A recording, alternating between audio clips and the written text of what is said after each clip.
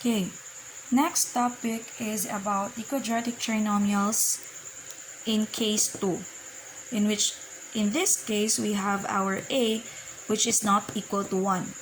Diba, the case 1 states that it has an a equal to 1. So, ngayon, if ever our a is not equal to 1, any values except for 1, we can have the following steps.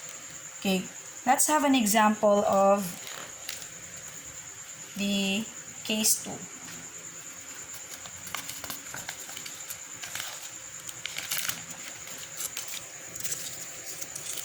So let's have an example of case 2, which is 4d squared plus 4d plus 1. Ayan. Let's have an example. Let's factor this out. This 4d squared plus 4d plus 1. Okay, here is another method on how you are going to solve case number 2. If you are confused on how to solve, or you are confused with the video sa NeoLMS or using your FSU Learn account, kung na-confuse mo ito nga method, you can use this. This one is another method or another way on how to solve case 2. Okay, let's have first step 1. Okay, step 1 is, please kindly take note. Step 1, check if there is common between the terms by using the GCF. Ayan. Again, check if there is common between the terms by using the GCF. Okay.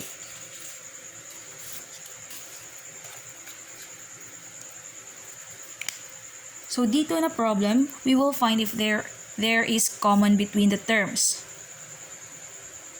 Let's start first with the numbers. Is there any common between 4, 4, and 1?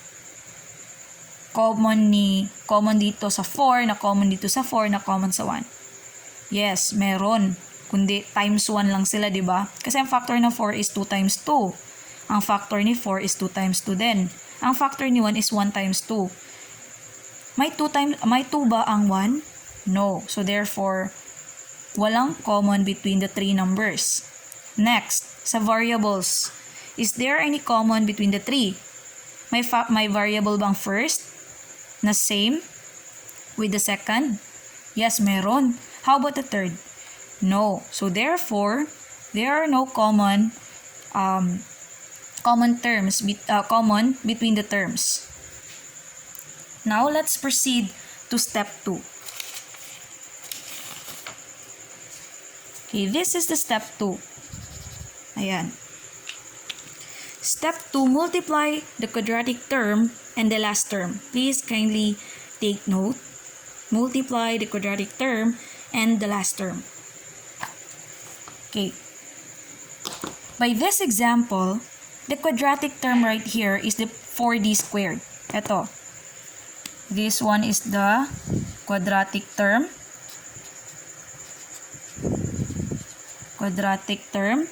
And this one is our last term. So we will multiply that one. Ito. So 4d squared times 1. 4 times 1, 4. D squared times 1, D squared. So we have 4D squared. Let's have the step number 3. Step number 3 is find the factors of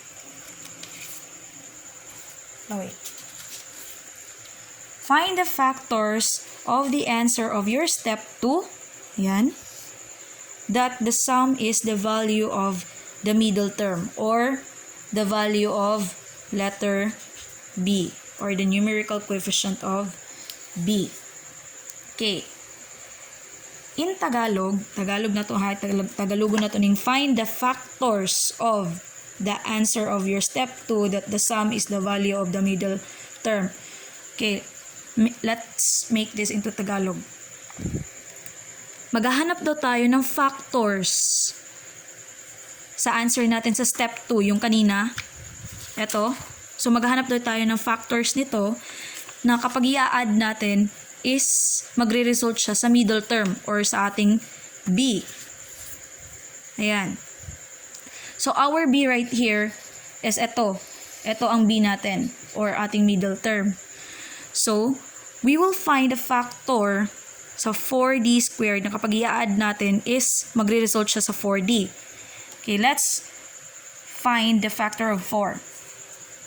Ang factor ni 4 is we have 4 and 1. Diba? 4 times 1. 4. Okay, another factor ni 4. We have 2 times 2. 2 times 2 is 4. Okay. Maghahanap tayo na kapag i-add natin itong mga factors nito is magre-result sa 4D. So, let's add. So, 4 plus 1 is equal to 5. Next, 2 plus 2 is equal to 4. So, saan dito sa factors? So, sa factors na ito, na kapag titingnan natin yung value ni B is pareho. Okay, we have the factors of 2 times 2. Kasi diba the value of our B is 4D. So, saan yung D? Now, we can have the D squared. Let's separate D squared. Paano isa-separate? Just simply D and D. Okay. Ito na yung separation na separate na natin. This time, we will make it into like this. Diba? We have 2. Isasama na natin ngayon yung D kanina. Plus, ito. Ito yung 2 kanina. Isasama natin to. And then, next, isasama na naman natin tong another factor to our D. So, that is why we have 2D. Which is, 2D plus 2D is 4D.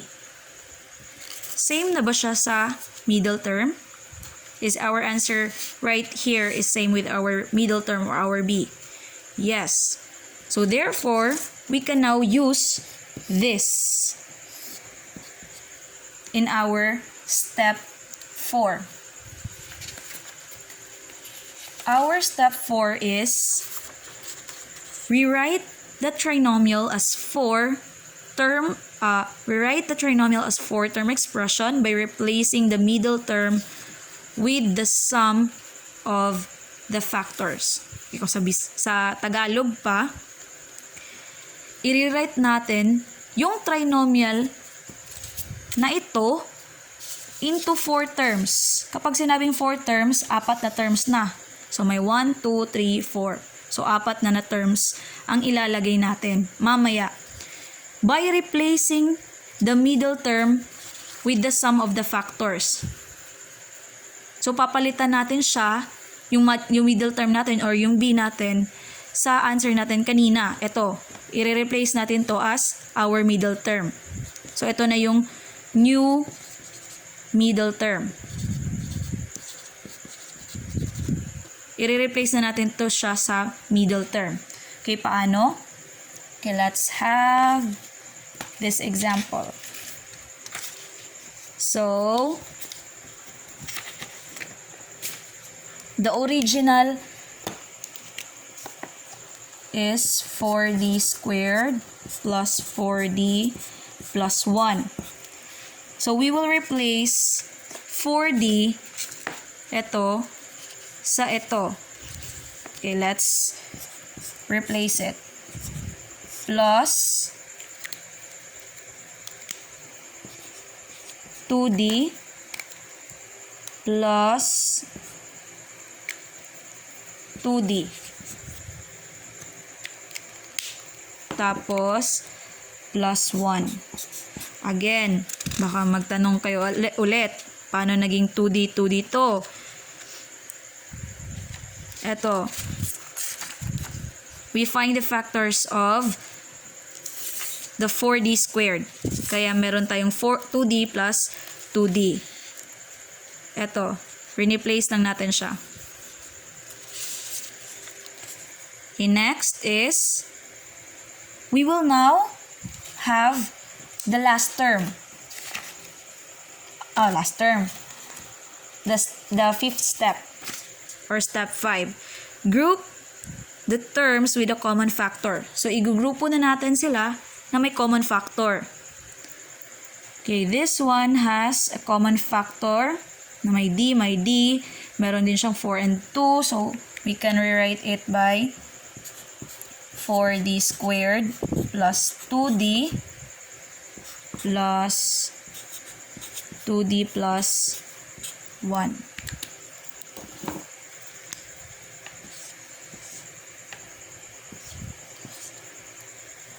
Okay, let's find the GCF of each terms.